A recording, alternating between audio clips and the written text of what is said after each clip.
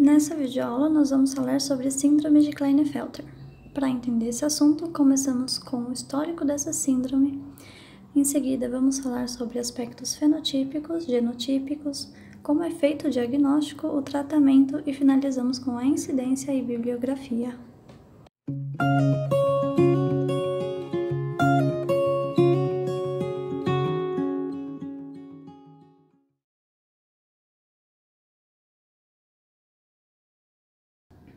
A síndrome de Klinefelter leva esse nome por conta do Dr. Harry Klinefelter.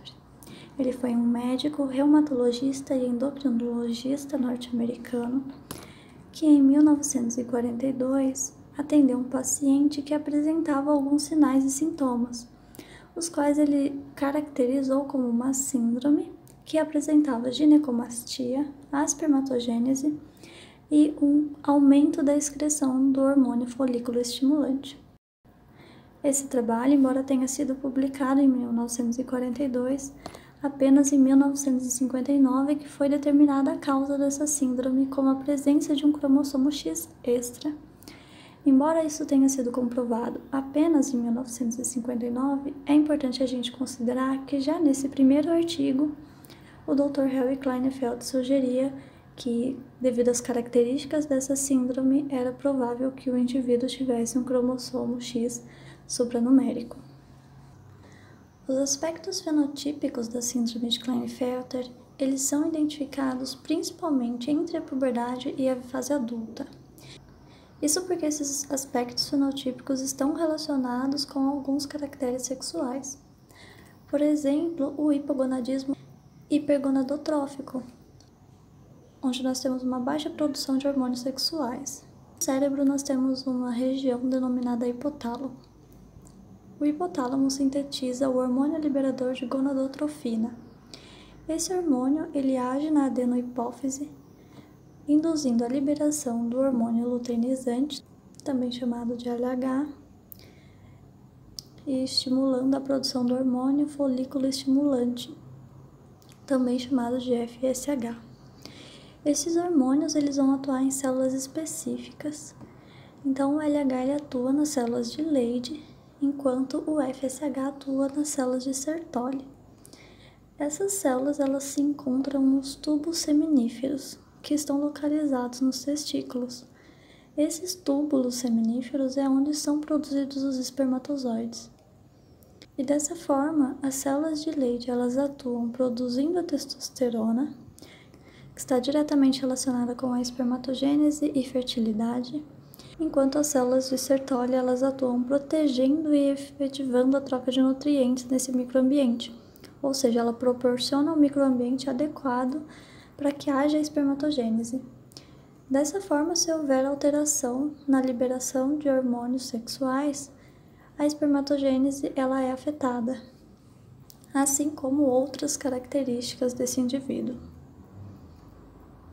Também é presente a atrofia testicular da consistência firme, onde nós temos testículos de tamanho reduzido com o que se é esperado, e também com uma consistência mais firme do que o normal. Outra característica se refere à azoospermia, onde a gente tem um número menor de espermatozoides no sêmen. Então, na normospermia, a gente teria um número significativo de espermatozoides e na azoospermia, a gente já não identifica nenhum espermatozoide. Temos também o hipodesenvolvimento de caracteres sexuais secundários, ou seja, um baixo desenvolvimento desses caracteres sexuais secundários. Então, o indivíduo possui um padrão de pelos e característica desses pelos diferente do que se é esperado, mais próximo dos padrões femininos. Isso relaciona-se também com a ginecomastia, que se refere ao desenvolvimento de seios em homens. Cerca de 80 a 90% dos casos de síndrome de Klinefelter apresentam a ginecomastia. Temos também a desproporção morfológica entre o tronco e membros. E as formas variantes da síndrome de Klinefelter, ela apresenta anomalias mais acentuadas em indivíduos que têm, por exemplo, 49 cromossomos, sendo 4 deles cromossomos X, indivíduos com 48 cromossomos, sendo 3 deles cromossomos X, ou ainda indivíduos que têm 48 cromossomos, sendo 2 cromossomos X e 2 cromossomos Y, apresentam alterações genotípicas e fenotípicas mais acentuadas. As alterações genotípicas responsáveis pelos aspectos fenotípicos relacionam-se com a aneuploidia cromossômica que esses indivíduos apresentam. Lembrando que a aneuploidia se refere a alterações no número do cromossomo, onde no caso da síndrome de Klinefelter, nós temos um cromossomo X supranumérico. Essa síndrome ela afeta apenas indivíduos do sexo masculino. Indivíduos que apresentam o cariótipo contêm um cromossomo X e um cromossomo Y. No entanto, essa síndrome ela é caracterizada justamente pela presença do cromossomo X extra, o que resulta num desequilíbrio gênico que vamos entender mais adiante. Antes de falar sobre o desequilíbrio gênico, vamos entender como é possível que um indivíduo tenha 2 cromossomos X. Isso é resultado da não disjunção durante a meiose. Lembrando que meiose refere-se a um processo de divisão celular onde o número de cromossomos é sempre reduzido pela metade. Então temos aqui o que seria uma meiose normal. A meiose ela pode ser ainda dividida entre meiose 1 e meiose 2, de modo que durante a meiose 1 nós temos a separação dos cromossomos homólogos e durante a meiose 2 nós temos a separação das cromátides desses cromossomos. E assim, caso aconteça algum erro durante a meiose 1 ou ainda durante a meiose 2, essa divisão ela pode ser não equilibrada. Vamos analisar essa situação de um modo um pouco mais específico, considerando inicialmente apenas a não disjunção durante a meiose 1. Então, durante o processo de divisão, ao invés dos cromossomos homólogos migrarem cada uma para uma célula filha, eles migram para uma mesma célula. Então, um erro ocorreu durante esse processo de meiose 1. No entanto, nós vimos que isso pode acontecer também durante a meiose 2. E nesse caso, a meiose 1 ocorre normalmente, então os cromossomos homólogos eles migram para as células filhas do modo correto. No entanto, temos um erro durante a meiose 2, de modo que as cromátides migram agora apenas para uma célula filha. Essa não disjunção durante a meiose 1 ou a meiose 2, ela pode ocorrer tanto em células paternas quanto em células maternas. Vamos compreender melhor como isso ocorre considerando a formação de um zigoto. Então, aqui nós vamos considerar uma célula materna, onde durante a meiose 1 nós tivemos uma não disjunção, de forma que os cromossomos se dividiram de modo não igualitário. Então, uma célula contém 24 cromossomos, sendo 2 cromossomos X e a outra contém 22 cromossomos. Essa célula, ao ser fecundada por um espermatozoide normal, ela vai resultar em um zigoto que contém 47 cromossomos, sendo 2 deles cromossomos X. No entanto, como nós vimos, esse erro também pode ocorrer durante a meiose 2. Então, uma célula passa pela meiose 1 de modo normal.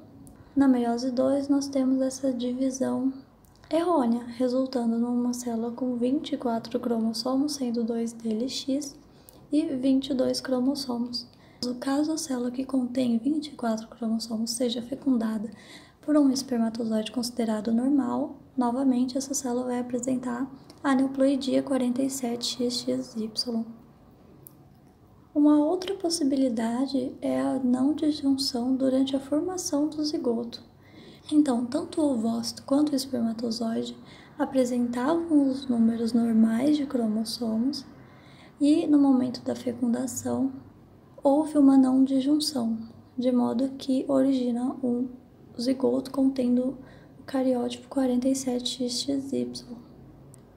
Esses seriam características de origem materna. No entanto, essa não disjunção ela pode ter origem paterna. A não disjunção de origem paterna, ela tem registros apenas durante a meiose 1. Isso ainda vem sendo estudado, mas atualmente o que se sabe é que, quando se trata de uma não disjunção paterna, o erro está associado à meiose 1.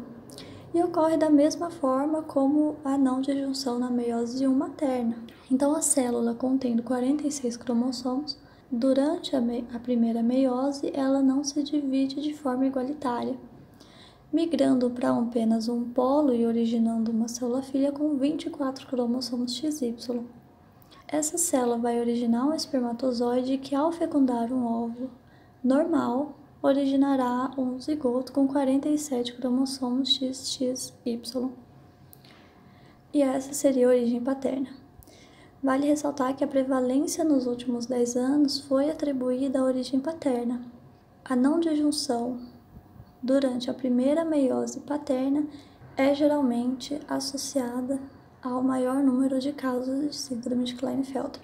E há também a relação entre a idade do óvulo e a prevalência da síndrome de Klinefelter. Então, mulheres mais velhas apresentam uma probabilidade um pouco maior de resultar em indivíduos com síndrome de Klinefelter.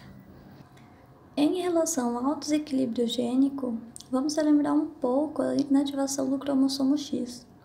Então, as fêmeas são caracterizadas pela presença de 2 cromossomos X, enquanto os machos são caracterizados pela presença de 1 cromossomo X e 1 cromossomo Y.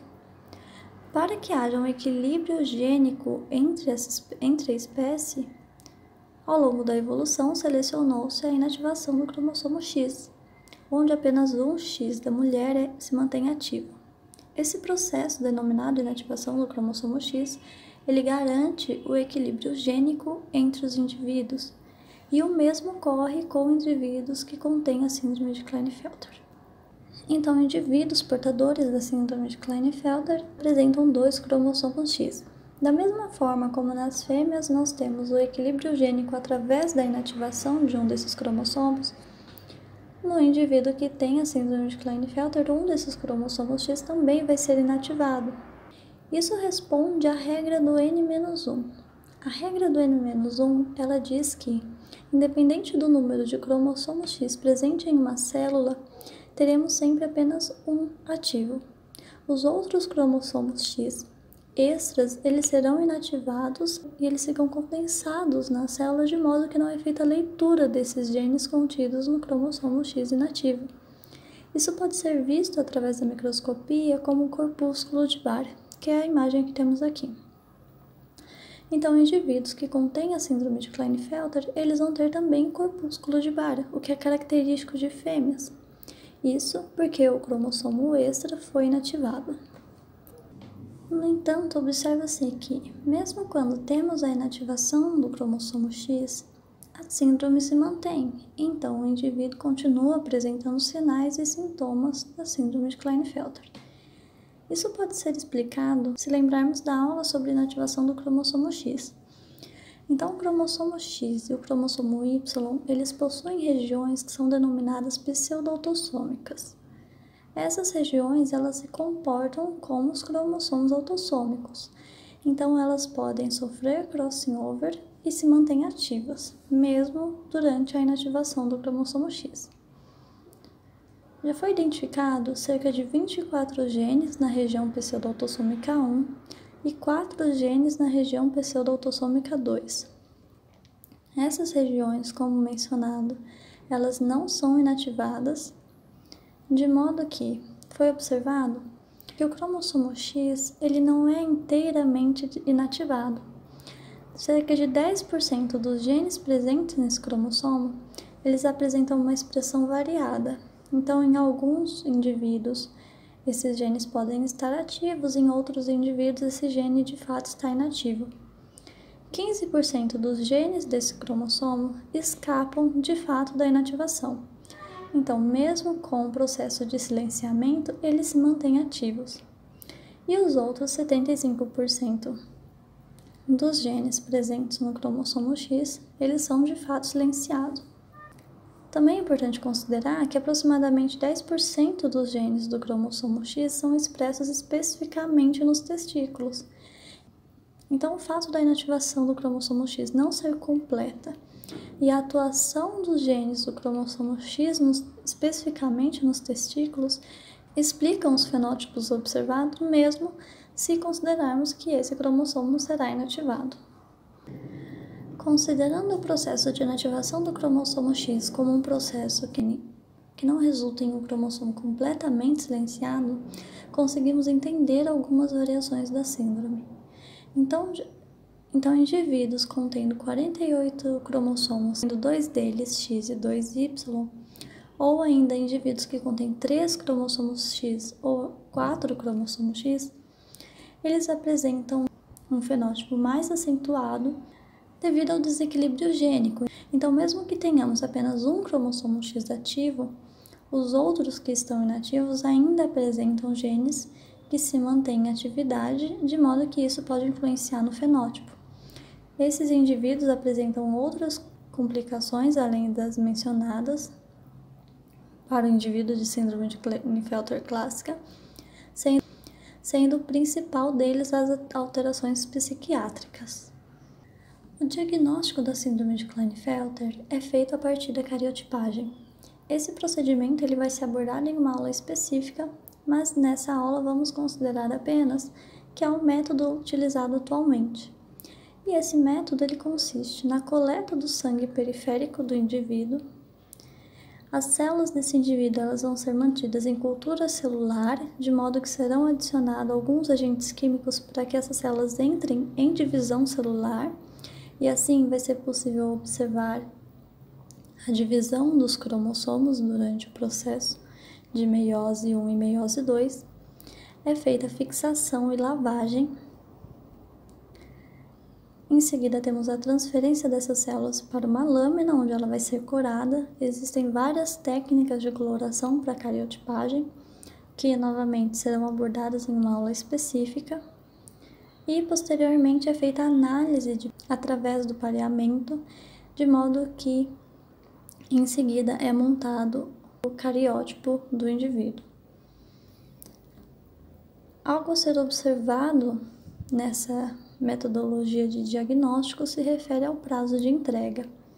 Como as células elas precisam ser mantidas em cultura celular, isso leva um tempo e geralmente o prazo de entrega desse exame fica em torno de 30 dias.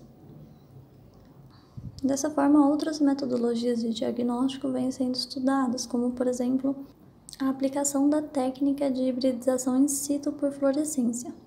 Novamente, essa técnica será abordada em uma aula específica, de modo que agora vamos considerar apenas que trata-se de uma técnica que utiliza sequências de DNA marcadas com um agente fluorescente, e essa sequência ela se liga às sequências análogas, que são sequências que contêm anomalia cromossômica.